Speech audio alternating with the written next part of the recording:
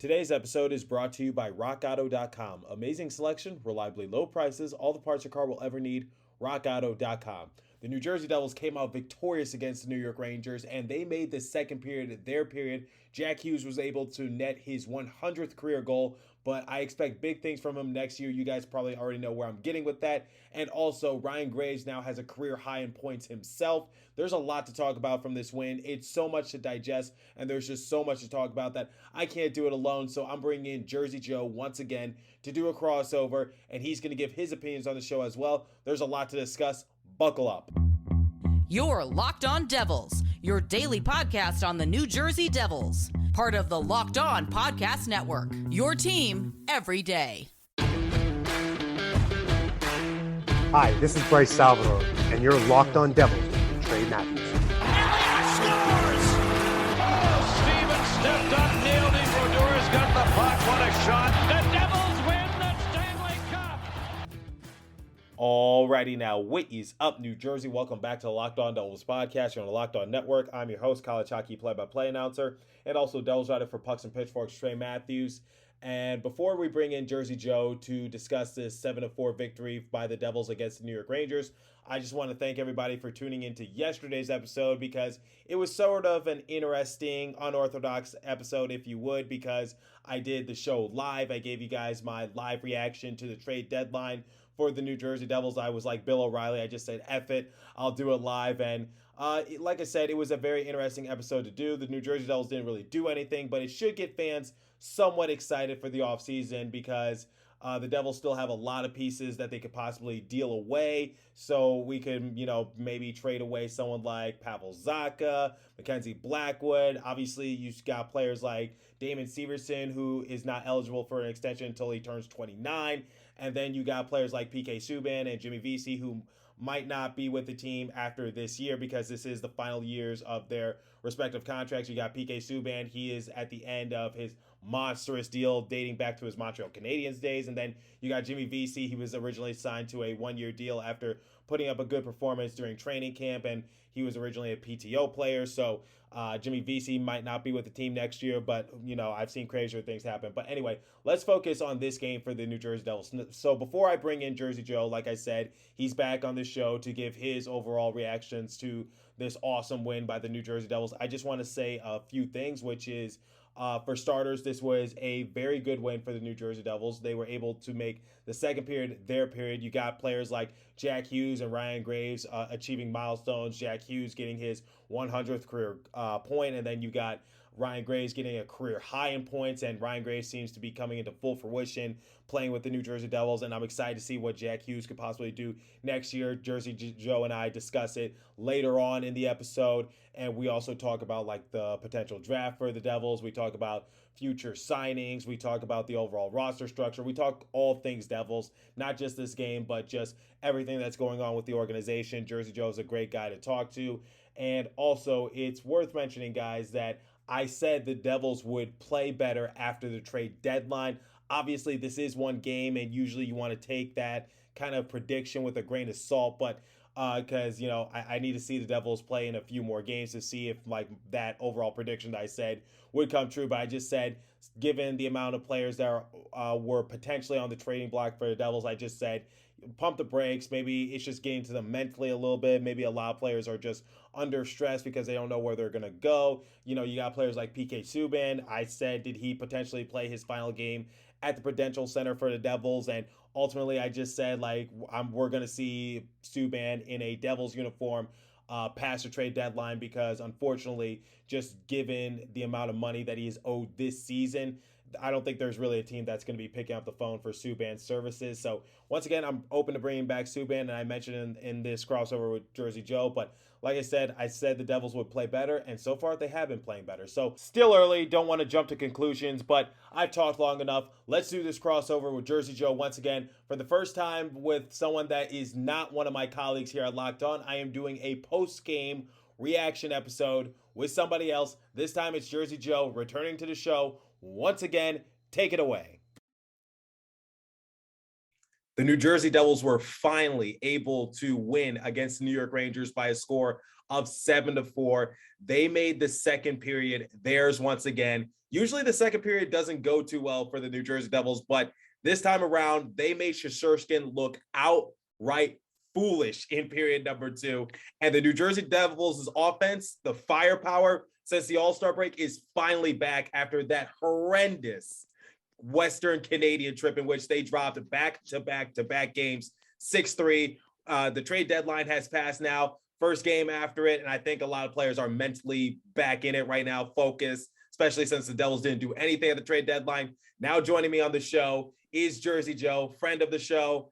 He was on my last episode when he helped me react to the trade deadline live. Hope that was the first time that I've ever done a live show, and hopefully we don't have any technical difficulties this time around. But Joe, how you doing, my friend? Doing great. What a big bet that was. Oh my God. Bro, thank you for breaking that up. Okay. So for anyone who does not know what Jersey Joe is talking about, apparently some idiot placed $150,000 on the New York Rangers to win.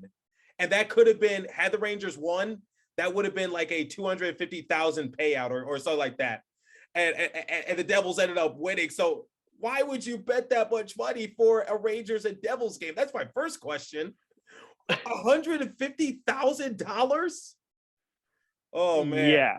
He or she better have a really good CPA listening into the podcast, and maybe they should have a sponsor for this live read. Who knows? But I will say this: tax harvesting after a big loss to our good old New Jersey Devils. Remember, we got heckled on a live stream the other day. Yeah, karma, baby. Karma with a capital K. So here's a tweet that the Devils released. They said, to all those who messaged us about the person who bet $150,000 on the Rangers tonight, asking for us to roast them, looks like their life choices did that for us already. Again, I always say, guys, please gamble responsibly. That is the definition of irresponsible gambling. Please gamble responsibly. Now, if this guy is or girl or whatever the case might be, if they're like a millionaire or a billionaire, go nuts. Okay, that's pocket change to you. But I'm going to presume that they're not. But either way, $150,000, that's a lot of money. So I really hope this person is very wealthy, and it doesn't really hurt though. But oh boy, that's a tough pill to swallow. Ay caramba. Yeah. I will say this, like, that person's odds did look good, 2-0 the first period, but I'm sure you can lead this next segment into the second period. Yes, you're right. So you're right. First period, Devils went down 2-0. First goal of the game by the Rangers, just right place, right time. Dawes was able to make a big stop. Unfortunately, like I said, went off his leg paddings and found Zibanejad. And it was just right place, right time for the Rangers. Nothing Dawes could do that time around. And then Adam Fox was able to make it a 2-0 game later on in the period. And I think that's one that Dawes would like back, because looking at the replay, it looked like it ricocheted off his body and and it just missed his blocker or something like that. And I've seen Dawes do that a few times where, it seems like he's in the right position, but he doesn't place his hands in the right in the right place, if that makes sense. So in terms of positioning, he's in the right trajectory, but in terms of just making the full-fledged stop, he kind of falls short of that. But he's a young goalie, but mistakes like that are going to happen. So, like I said, it looked like it was going to be one of those days for the New Jersey Devils. It looked like it was going to be one of those long dog day type of July kind of games for the Devils, because they went down 2-0. And I even tweeted out, I was like, looks like it's going to be one of those games once again. But they were able to make the second period their period. I even trolled. I said, "This is your Vezina Trophy winner." Pitiful, very pitiful. I will put it this way: like, Shesterkin got the Devils the recent game, but the Devils came out with determination, perseverance, and a vengeance all in one period. Now, with that being said, you had Hamilton, you had the seared ham coming in with some seared tuna, and Hamilton getting on the board, being, like tuna of old. I mean, he's getting those 2 goals tonight, and I know there were some score changes that they made rulings, but still, Tuna had a really great game, and Brat once again strikes again. Uh, you and I called it earlier. Igor Sharangovich. Yep, Sharangovich continues to just have his comeback tour during the second half of the season, and Jack Hughes being there, I think it's paid all the dividends for him, and I'm excited to see what Sharangovich could potentially do next year. But yeah, Sharangovich, that man, he's proven why he wasn't just a fluke last year. I mean, I'll be honest, I was kind of worried for him during the first half of the year, but he's made a complete turnaround, and he should be very proud of his overall development. And yeah, you're right, Sharangovich, I think he's a real deal, and I think he'll be a great centerpiece for the Devils moving forward as he eases his way into being a top 6 player once again, because during the first half of this year he was actually a healthy scratch a couple times because he was struggling, but Jack Hughes was out. So there's that. So overall, it was just a great team effort from the New Jersey Devils, scoring 5 unanswered goals against the New York Rangers in period number 2. Let me be clear, guys. Like, this isn't an easy victory for the Devils by any stretch of the imagination. The Rangers are one of the top teams in the Metropolitan Division, and that's Shesterkin. I get he's young. I get he's in his second year. I get the Devils gave him his first 2 career shutouts last year, but this is a Vezina Trophy winner, or capable of winning one. And I don't want jokes aside, he is the real deal. He just didn't have a good outing this game, and thank the Lord he didn't. But he was looking pretty good to begin the game. I will say this, like, I looked at him like analytically before the game, and his development over in the MHL all the way through the KHL before getting to the NHL, his numbers has really risen above a lot of other goaltenders his age, and he really is above that bell curve. If he can stay the way he is for a Ranger goaltender, and maybe if Georgiev or anyone else could be stable in net, if he's not going to have a bad outing, then they'll be fine. But if this kind of game happens a couple times in the playoffs with the Rangers in the first round, I'm standing by what I said the other day to those guys who heckled us on our live stream. So, it makes me By the way, I have, for the people who did heckle us during our live podcast, I got 2 things to say to you. I can't say the strong word because I am a family-friendly show, but screw you. So I was reading someone on Twitter said, "Oh, well, this is something that the Devils have learned a lot about." And I said, "Yeah, like before Dawes, we weren't as good as we are now with him and maybe Hammond. So now we know what it's like to see what happens when your best guy goes down and has a bad game. So now they got a little bit of what we had on the West Coast." Yeah, so that Canadian Western trip for the Devils, absolutely awful. I don't know how you lose 3 consecutive games in a row 6-3, because we lost to the Canucks 6-3, we lost to the Flames 6-3, we lost to the Oilers 6-3. I don't know how that happens. And they're all 3 of them were Canadian Western teams. So it's just like I just said, I hope after the trade deadline the Devils come to once again, because I think a lot of people are just nervous, mentally not there, because they don't know what's going to happen. Because the Devils, despite having a relatively quiet trade deadline, they still had a lot of players rumored to maybe be traded, including like PK Subban, Pavel Zacha, Andreas Janssen, Jimmy Vesey, Mackenzie Blackwood was in some discussions. However, I don't think it was all that serious. I think they're going to wait until the offseason to see if maybe like he can potentially be moved. But overall, quiet trade deadline. I think the only two things for the Devils was that Christian Yaros was able to clear waivers. And then obviously we got Andrew Hammond from the Canadiens, and not really much to judge from him. But overall, I just said, okay, after the trade deadline, this usually happens in a lot of sports, usually when a team is like in the midst of a lot of trade discussions and rumors for a new player, whatever the case might be, because, you know, the Devils were linked to Connor Garland and Brock Besser, and we might try again during the course of the offseason. I would expect them to. And, you know, especially with that first round draft pick coming into play, maybe the Devils can, you know, maybe just manipulate into getting another key player, because I think we're past drafting right now. We're past just drafting. Well, I've said this before, not only to you, I've said this to Neil, and I've said this before, like right after the Lottie Balls land, if the Devils stand in the top 10, there's still a plenty number of guys I like on that board. And Shimon Nemets, he's a right-handed defenseman from Slovakia for HK in the hockey.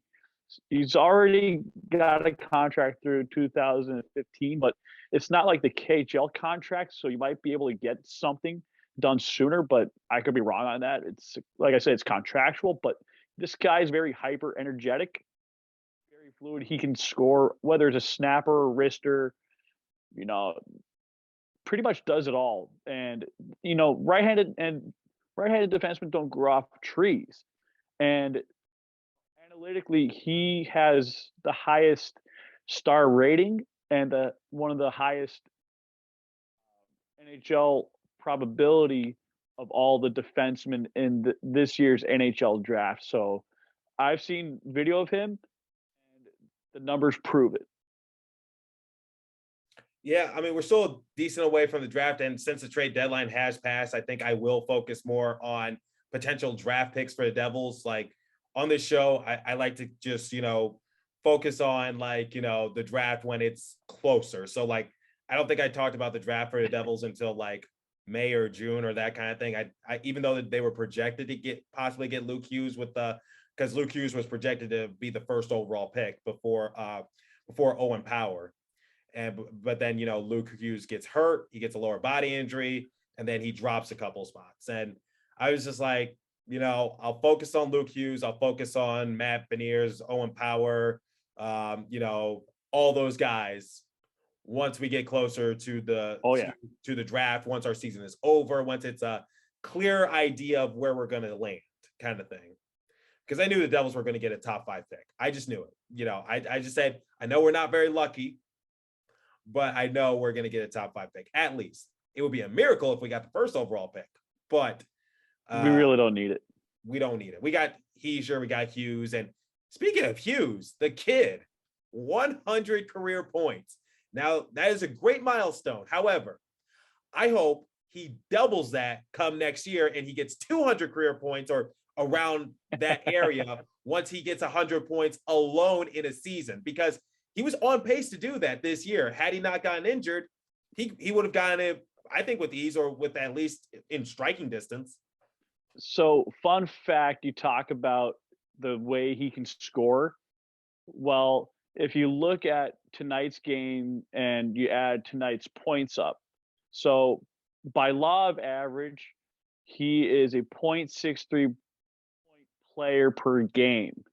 But the season ranks 24th overall amongst all NHL centers, given the fact he's only 20 years old, and in May, he'll be able to buy a beer at legal age in the state of New Jersey and in the U.S., and he's not even in his prime yet. And he's a 1.14 points per game type player now, so he's jumped up by like, what, 0.51 or something basis points for points per game player. I could be mathematically a little bit off, but you know what I mean. He's got a lot of high potential to just keep going at what he's doing. He is the future. No ifs, ands, or buts about it. And it's just amazing what he's been able to do this year, how much he's been able to salvage this season, because I'll be honest with you, when he got injured and it was projected that he would be out for at least 4 weeks, He was projected to be reevaluated in 4 weeks, not come back in 4 weeks, be reevaluated. So I was just like, you know what? This was before the NHL said that none of their players were going to go to the Olympics. I said, yeah, Olympics are pretty much out the door. All-Stars out the door. Now, when he comes back, it's just to see what he can potentially do. Just run and gun, see how much he could salvage. He salvaged a whole lot. The breakaway challenge, the All-Star game, snubbed from an All-Star MVP, by the way. Just putting that out there. Yeah, Giroud. To me, it doesn't make sense. Honestly, like it could have been Hughes or anyone else in that All-Star game, but I mean, just giving it to just because Philly. Yeah, I get you. But going back to Hughes, it's just like this kid is future, and I'm so grateful that he's on our team because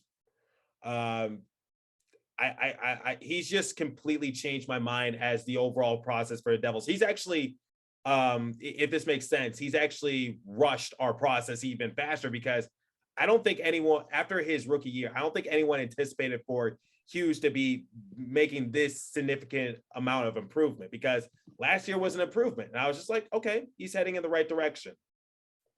And then this year, the All-Star season, showing everyone he is not a bust, showing everyone he is the real deal, showing everyone he didn't need to go to college to prove anything. When he scored that goal, I believe it was the last goal of the game for the Devils. And I was just the backhander. The backhander wide open. I'm just like, oh my goodness. I was literally like jumping up and down. I'm like, Hughes.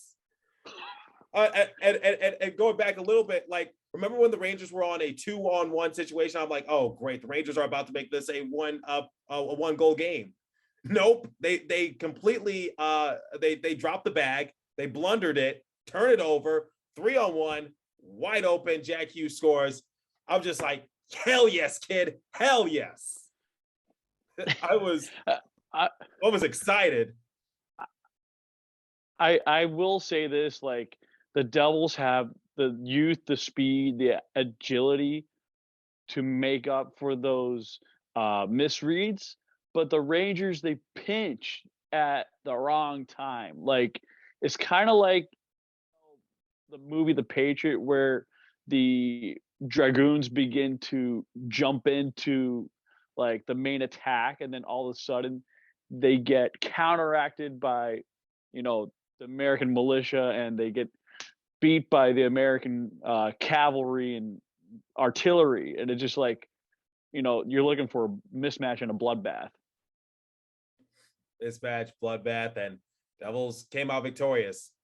Hey, Joe, going back to one of our talking points, we were talking about betting. You're not a betting person, are you? Like I said the other day, I'm a stocks guy, so I like scoping out things, assets near term, and hope for the long term. Well, for the person who betted $150K on the New York Rangers, I dedicate this live read to you. May your wallet rest in peace. It's that time of year again as college basketball's tournament is finally upon us. From all the latest odds, contests, and player props, BetOnline.net is your number one source for all your sports betting needs and info. BetOnline remains the best spot for all your sports scores, podcasts, and news this season. And it's not just basketball. BetOnline is your continued source for all your sporting wagering information needs, including live betting and your favorite Vegas casino games. Head to the website today or use your mobile device to learn more about the trends in action. BetOnline, where the game starts. Hey, Rangers fan who betted $150K on the Rangers. Please remember to gamble responsibly next time, and visit our friends at Locked On Bets for all your betting needs there as well. Maybe they could have helped you in that instance. Now, second live read, Joe. I got to ask you this: does your car break down? Like frequently? No. If my bike breaks down, then I'm shit out of luck. Well, if your car ever does break down, I got something that might help you. So with the ever-increasing numbers of makes and models, it's now impossible for your local chain auto parts store to stock all the parts you need. Why endure often pointless or seemingly intimidating questioning and wait while the person behind the counter orders the parts on their computer, choosing the only brand their warehouse happens to carry? You have computers with access to rockauto.com at home and in your pocket. Save time and money when using Rock Auto. Why choose to spend 30%, 50%, or even 100% more for the same parts from a chain store or car dealership? RockAuto.com is a family business serving do-it-yourselfers for over 20 years. Rock Auto's prices are reliably low for every consumer. They have everything you need, from brake parts, tail lamps, motor oil, and even new carpet. Go explore their easy-to-use website today to find a solution to your auto parts needs. Go to rockauto.com right now and see all the parts available for your car or truck. Right, Locked On in their How Did You Hear About Us box, so they know we sent you. Amazing selection, reliably low prices, all the parts your car will ever need. RockAuto.com, everybody. So going back to the game, Devils come out victorious 7-4. What were your initial thoughts like throughout the entirety of the game? Like, we've been all over the board. We've been talking about how they started, how they finished, some players, but was there a player that surprised you this game? Player that surprised. Well, it's not so much Dawson Mercer. To me, it was more about getting Igor Sharangovich going again. And to me, his game has really turned around, like we talked about a little bit. And I would have to say, not Jesper, but I really like the way Jonas Siegenthaler and Dougie Hamilton are steadily becoming more, not just offensive, but more defensively stalwarts, where like Ryan Graves really looked solid, not just on the stat sheet, but like defensively, he was helped thwarting a lot of Ranger breakouts, and he did reach a milestone tonight too. And I tweeted at the Ryan Graves fan page. Oh, the Ryan Graves fan page. I love him. I love Alan. Let's see. Let's bring it up real fast. So Ryan Graves fan page. Okay, first let me log into my Locked On Devils Twitter page, and then there's Ryan. Here's Ryan Graves fan page.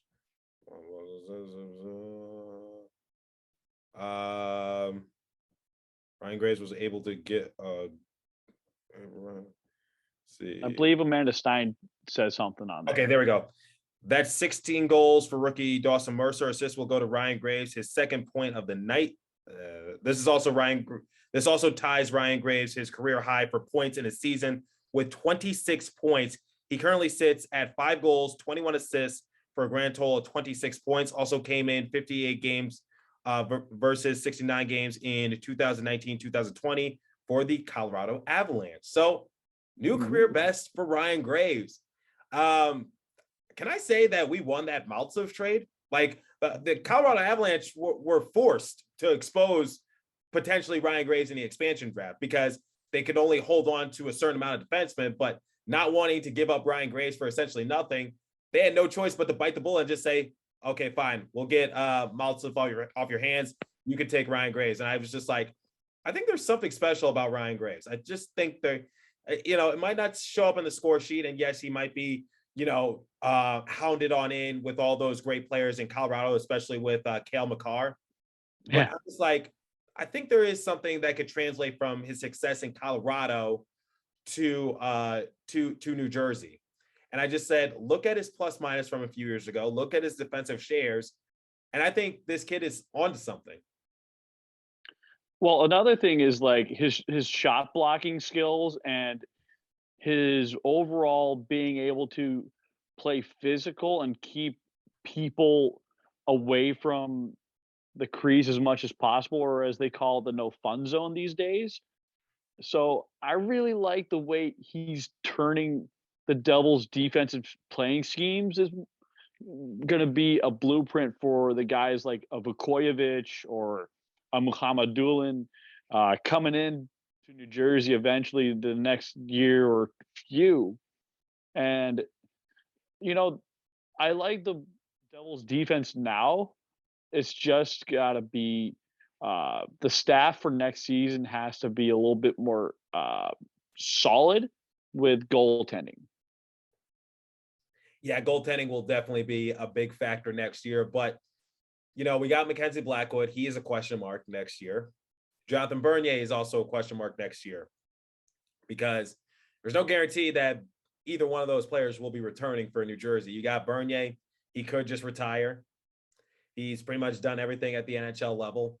And, He's won a championship. He's been a starter. He's been a backup. He's seen a lot of things. He's been infamous for not knowing who Nelson Mandela was, but that's beside the point. Mackenzie Blackwood seems like he's fed up with New Jersey. Maybe they can, shake and make up. We'll see what happens. But this offseason is going to be interesting for New Jersey. I can feel it. I think they're going to be one of the teams to have a splash offseason, because we were able to get Dougie Hamilton long term. We were able to get our guy in the draft, Luke Hughes. A lot of people aren't so lucky to get their top choice in the draft unless you're the first overall pick. Unless you're the first overall pick, usually you don't get your top choice. But we were lucky enough to do so. So I think it was a very successful offseason for us. We got Thomas Tatar. I thought he could be a top 6 kind of guy. Got Jonathan Bernier. I thought he was going to be our legitimate backup goalie. Then he got hurt. So we had a pretty good offseason, but I think we can have an even better one come this summer. Like I said before, I can see the Devils go big game hunting once again. Like I mentioned recently, like they're going to have, the money they are going to reinvest in Jesper Bratt's contract. I could see him minimal 4 years. I would like to see him get at least $7 million. Because, Jack's making about $8 million per. So you want to have him at least half of that time during that contract. But I would like to max him out at 8 years. So that way, or 7 years, depending on, the contract. So that way you can get to keep that core intact. Now, with that. Hang on. Don't you think that's a bit of a risk, especially since Jesper Bratt, yes, he's having a career year. Don't you think that's a bit of a risk? Because there's no guarantee that he's going to have this type of season next year. I say 2-3 years just to see if he is actually legitimately the real deal. Because I talked to Neil about this, and, Neil said that he knew Jesper Bratt had something special in him. But I'm just more on the safe side because I'm just like, okay, he had a good year this year, but look at his other seasons as well. Just putting that out there. So it's just like no one projected for him to have. I didn't project for him to have this type of season. I don't think anyone anticipated for him to have this monstrous season. So 7 years after this great year, don't you think that's a bit risky? I mean, look, if you do it on the shorter term, it's not as risque, but you're making a move it, prove it type deal. Like, we want you to move into these next couple of seasons and show us that you're worth that much and go out there again and do it. And there are cases where players that rather do a 1-year deal and, live a contract again and get paid as much as they can again. Well, we'll see what happens. So, Joe, we pretty much have talked anything. Do you have any final thoughts that you want to share before we wrap up? Final thoughts. I want Devils fans who said that they were unimpressed at the trade deadline. I will tell you this. This is the first time in a long time this team was not a seller, becoming more of an outlier in a good way, where they weren't selling off assets for picks and harvesting. They're in the business of adding for now and near term and longer term. And they're going to be more progressive in that way. I will say this again, that they're going to go big game hunting once again.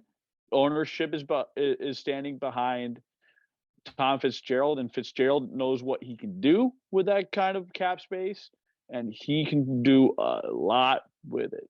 Now, for those who are the most skeptical, I say start listening to these podcasts, whether it's Trey's or even Neil's or even occasionally mine, but even some other Devils podcasts you can listen to. That I will say this once again, with the season starting to wrap up, you're seeing this team is binding together very well.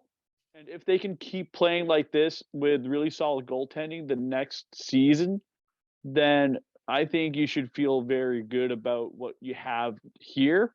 But I personally feel really good about it, especially after tonight's game. All right. You heard from Jersey Joe. You heard from me. Very impressive game from the New Jersey Devils. Got off to a slow start, but they made that second period their period, scoring 5 unanswered goals. And Joe, like I do for any post-game reaction, you know what I do? I gotta compare the final stats and then give a final letter grade. So shots on goal differential, 35-31. Face-off percent in favor of the Rangers. Face-off percentage, 52% to 48% in favor of the Devils.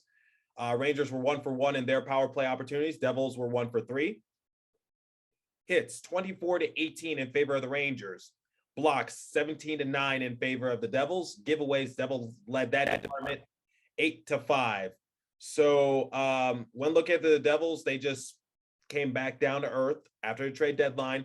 You saw someone like PK Subban, he was able to score this game. I think that was a message to Tom Fitzgerald and the organization saying, hey, I'm getting better. So you might as well just try to give me a 2-year extension that's not expensive. But, I'm open to bringing back PK Subban for like a year or two for cheap money, obviously, because I think he would benefit our bottom four. But, that's why I'm not a GM. I'm an armchair general manager. But overall, this was a great showing from the New Jersey Devils, and they always play the Rangers close. Like, despite the Rangers being one of the top teams in the Metropolitan Division, the Devils always play them close. Like, they were able to walk away with a point in in one of their last 2 matchups. Obviously, they weren't able to win, but this time around, they get to 2 points. So, giving a final letter grade, I'm actually going to give the Devils an A for that second period alone, just because you scored 5 unanswered goals. You made a Vezina Trophy finalist look outright foolish, and you just competed and you didn't give up. Prime example, once again, 2-on-1 situation in the late half of the game. It looked like it was about to be a 1-goal game. Rangers blundered it, and the Devils were able to capitalize on their mistake. And they went on a 3-on-1, and Jack Hughes was able to score with ease, wide open net, because Shesterkin didn't know what to do. So things like that I love to see from the Devils. And, those couple goals didn't really come back to hurt the Devils in any which sort of way. It looked like momentarily, but overall the Devils were able to just silence the Rangers. And I have to say this, there was a pool of Rangers fans at the Prudential Center to begin the game. I saw it. I saw it on TV. And once that game was out of hand for the Rangers, that sea of blue went right over the Hudson River out of New Jersey. So it looked like it was like going to be one of those away home games for the Rangers, because it looked like there were a lot more Rangers fans than Devils fans. I saw the blue, and it was all blue for a minute, but then out you go. Go back to go over the Hudson River and don't come back. Go over the Hudson River, past grandma's house, down the yellow brick road, whatever the case might be. Careful of the tornadoes so they don't get you. I will say this, like, I usually don't throw off the letter grade right away, but like the first period was D-, close to an F. But I will say this, the second period was an A+, bring it to a B+ rating.